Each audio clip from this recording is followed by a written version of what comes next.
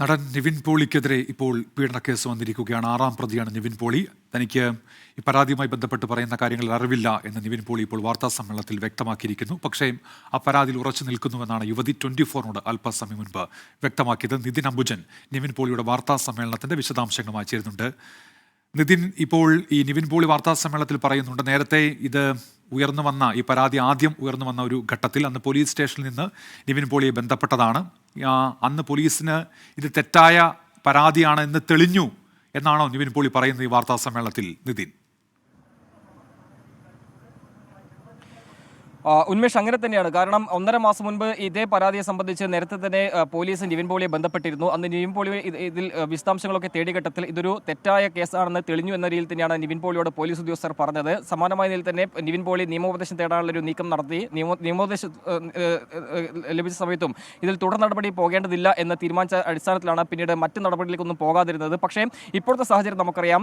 Hema committee report പുറത്തുവന്നതിന് പിന്നാലെ പ്രത്യേക അന്വേഷണ സംഘത്തെ നിയോഗിച്ചു. പ്രത്യേക അന്വേഷണ സംഘമാണ് ഇത്തരം കേസുകളെല്ലാം തന്നെ അന്വേഷിക്കുന്നത്.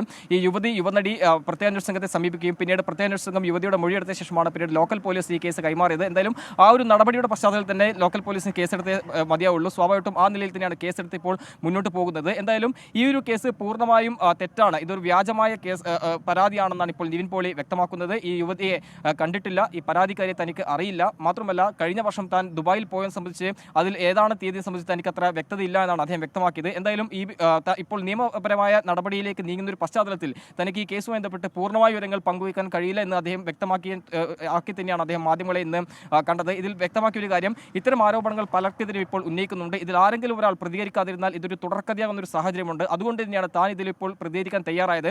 മാധ്യമങ്ങൾ ഇതിൽ ചില വസ്തുത മനസ്സിലാക്കേണ്ടത്, തനിക്ക് കുടുംബമുണ്ട്. സ്വാഭാവികമായിട്ടും കുടുംബത്തെ തകർക്കുന്ന നിലയിലേക്കുള്ള ആരോപണങ്ങളെല്ലാം തന്നെ ഉയരുന്നൊരു പശ്ചാത്തലത്തിലാണ് ഇപ്പോൾ മാധ്യമങ്ങളെ കണ്ട് ഈ വിശദീകരണം തനിക്ക് നൽകേണ്ട ഒരു സാഹചര്യം എന്നാണ് അദ്ദേഹം വ്യക്തമാക്കിയത്. എന്തായാലും ഈ ഒരു 6 അംഗ സംഘത്തിൽ, അതായത് ഇപ്പോൾ പരാതി നൽകി കേസെടുത്ത 6 പേരിൽ ഒരാളെ മാത്രമേ തനിക്ക് പരിചയമുള്ളൂ. മറ്റ് ഈ 1ാം പ്രതിയായ ആൾക്കെതിരെയോ അല്ലെങ്കിൽ മറ്റുള്ളവരെ പരിചയമില്ല. ആ പരാതിയിൽ പറയുന്ന ഒരാളെ തനിക്ക് പരിചയമുള്ളൂ എന്ന് നിവിൻ പോളി പറഞ്ഞു.